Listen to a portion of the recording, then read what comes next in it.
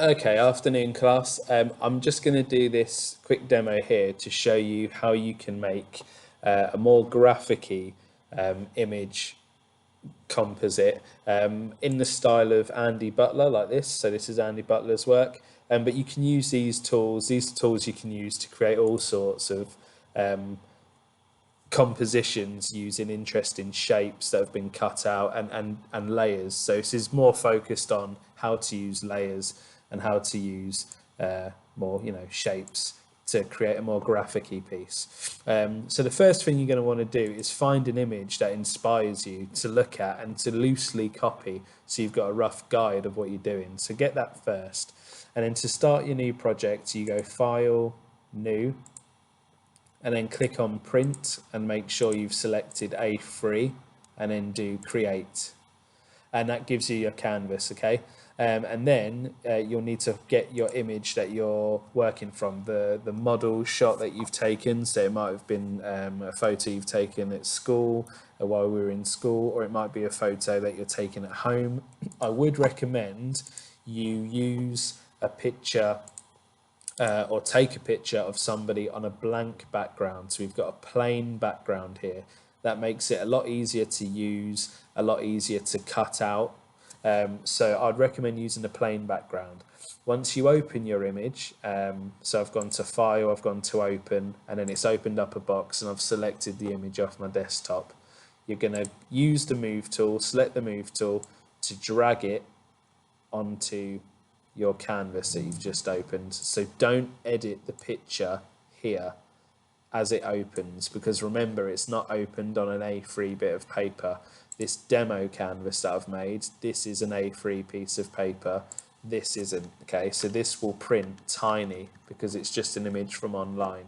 So you need to make sure you've dragged that onto the canvas that you've just made, your A3 canvas. Always make sure you're working on an A3 canvas, otherwise if you send us this to print, it might not print A3, the quality might not be high enough.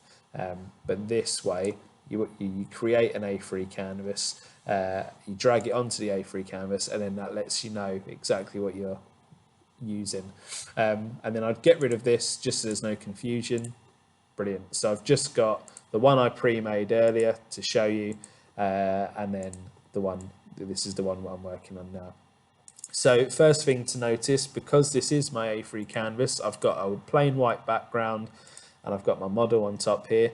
I'm just going to right click and duplicate the model, so now I've got two. So if I make any kind of mistake, I can go back. In fact, I might have a third just in case.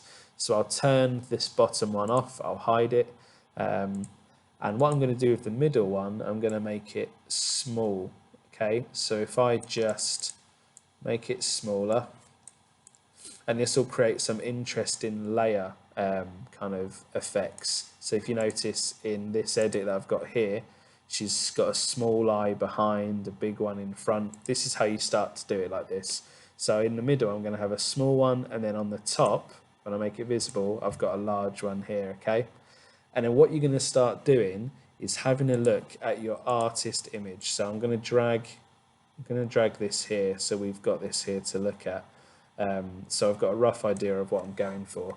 So first thing I've noticed is there's a big eye and a nose, and it's slightly out of place. So to do that, you're going to hold your rectangular select, go down to ellipse, because if you look, it's not a square, they're in circles. So I'm going to just select a part that I want to enlarge. So I might, and again, if you hold the shift key while you're doing it, it gives you a perfect circle like that. No matter how big, it's a perfect circle. If you don't hold it, you can go for a thin circle. But if you want perfect circles every time, hold the shift key, which is the arrow pointing up. Cool, and then that gives me the ability to select, I might want to go slightly smaller, so I can select the eye and the nose like this. Okay, and then I'm going to, once I'm happy with what's inside, I'm going to do edit, copy, and edit, paste. And then you'll notice in my tools, I've now got that circle, and if I select the move tool, I can move this circle around now. Now let's have a look at the image again. Okay, so I'm going to want to enlarge this, so I hold the shift button and I drag from the corner and I enlarge it. To make it maybe stand out a bit, I might go to image, adjustments and brightness. I could brighten this or I could darken it so it does stand out. I think I might brighten it a little bit just so the tones are slightly different and it stands out against the face. So let's have a look at what, yeah, okay. So I'm going to want to put this maybe up here. That's it. If I go back to this tool, this layer that I've got here, the main one, and notice if I get rid of it, I can see the model underneath like this. It ends there, so I know that this is plain white background up here. So if I select the layer that I'm currently working on, this is really important that you know exactly what these layers are. So you can see that's the small one and this is the main one. So I'm currently working on the main one. If I want to create an area like this where it's cut away and there's just the background, all you've got to do is using the circular tool, select a shape that you want to cut away and then do edit, cut, and it will cut a chunk away like that. So now I've got that chunk missing, okay? And now if I want to create a chunk that's missing out of the face to reveal what's underneath, which is the smaller model, all I've got to do is decide where I want the cut to be. So I have a look here. I'm going to do a cut on this side of the face now. I'm going to make it about this big. I'm going to do edit, cut. And then that reveals the layer that's underneath, which is this one. And now what I can do is I can move this around underneath. So you'll see how it's moving around like that. So I can start to, I might line the face up like this, might be interesting. So I could shrink it even more, like that. Maybe even more again. And I might just line the face up like that. So now I've got this really interesting kind of piece emerging where the face lines up, but it's a small version, and then I've got the large version with the eyes there. So let's have a look at what else there is. So okay, so there's an interesting piece here that's been cut out, so I might cut a circle here, edit, cut, and that's revealed like a different part of the garment that's being worn. So I can move that around like that. I think that's a good selection there. You don't have to be cutting everything either. I could just as easily, I could select a bit of this background perhaps, and hair, which is quite an interesting part. And I can do edit, copy, edit, paste, use my move tool again to move it, and let's have a look at our reference. Yep, so we've got a part down here which includes a bit of the background. I can kind of put that there maybe. I might want to enlarge it, or I might want to rotate it like that. So I've got this going on here. What you can also do, I'll quickly show you in this one that I made before, you can, if you select the main, so you know how in this piece we've got a backup at the bottom just in case something went wrong. So if you drag that back up to the top and turn it on, you can do a before and after. So that's the image before, that's all the layers I've got going on after. And what you can do if you want to create a background like this, so if you want to have a background color like that, you want to experiment, because our artist uses background color in some of the work. All you've got to do is have the original image, use a quick selection tool, just give it a second while it loads. As soon as it's loaded, you'll be able to select your model like this, and you see how it's selected the model perfectly, almost. If you click minus, it will take little bits away like that. So I've neatened that up. I might try it here.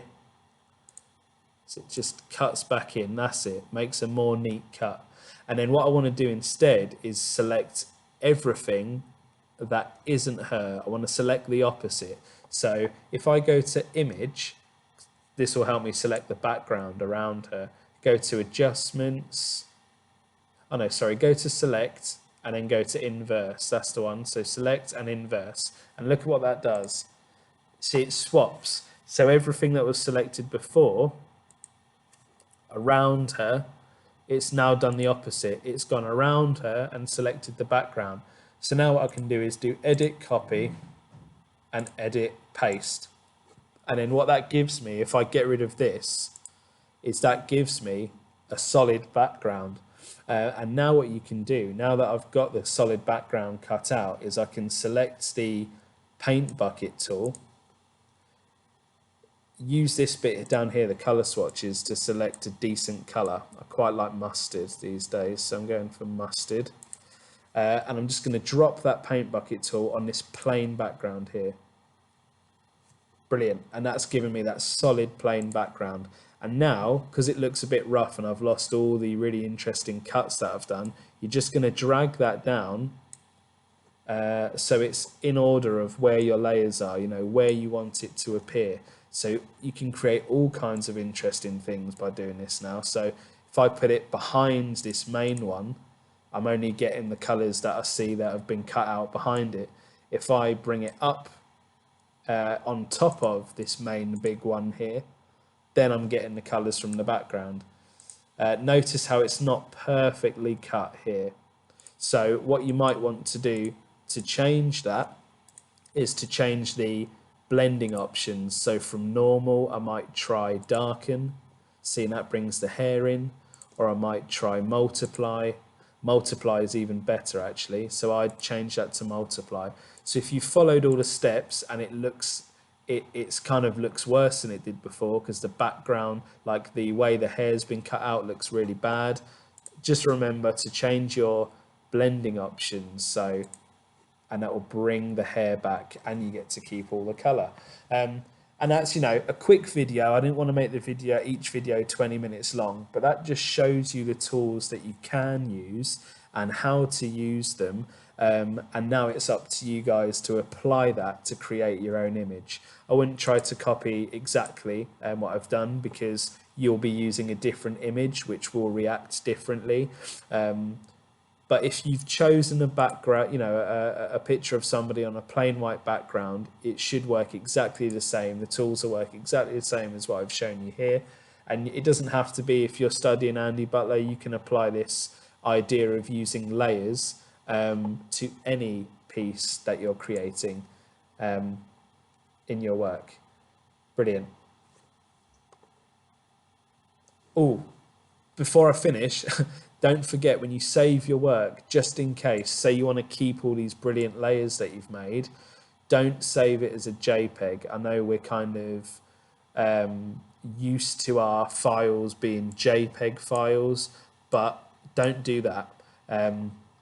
Instead, save it as a PDF, okay? So go to File, not PDF, go to File and save it as a PSD. And this is a Photoshop file, and what this does, it's a bigger file, but it keeps all your layers. So if you want to go back and edit a piece, you'll just be able to drag your PSD into Photopea, and it will keep all these layers for you to work back into.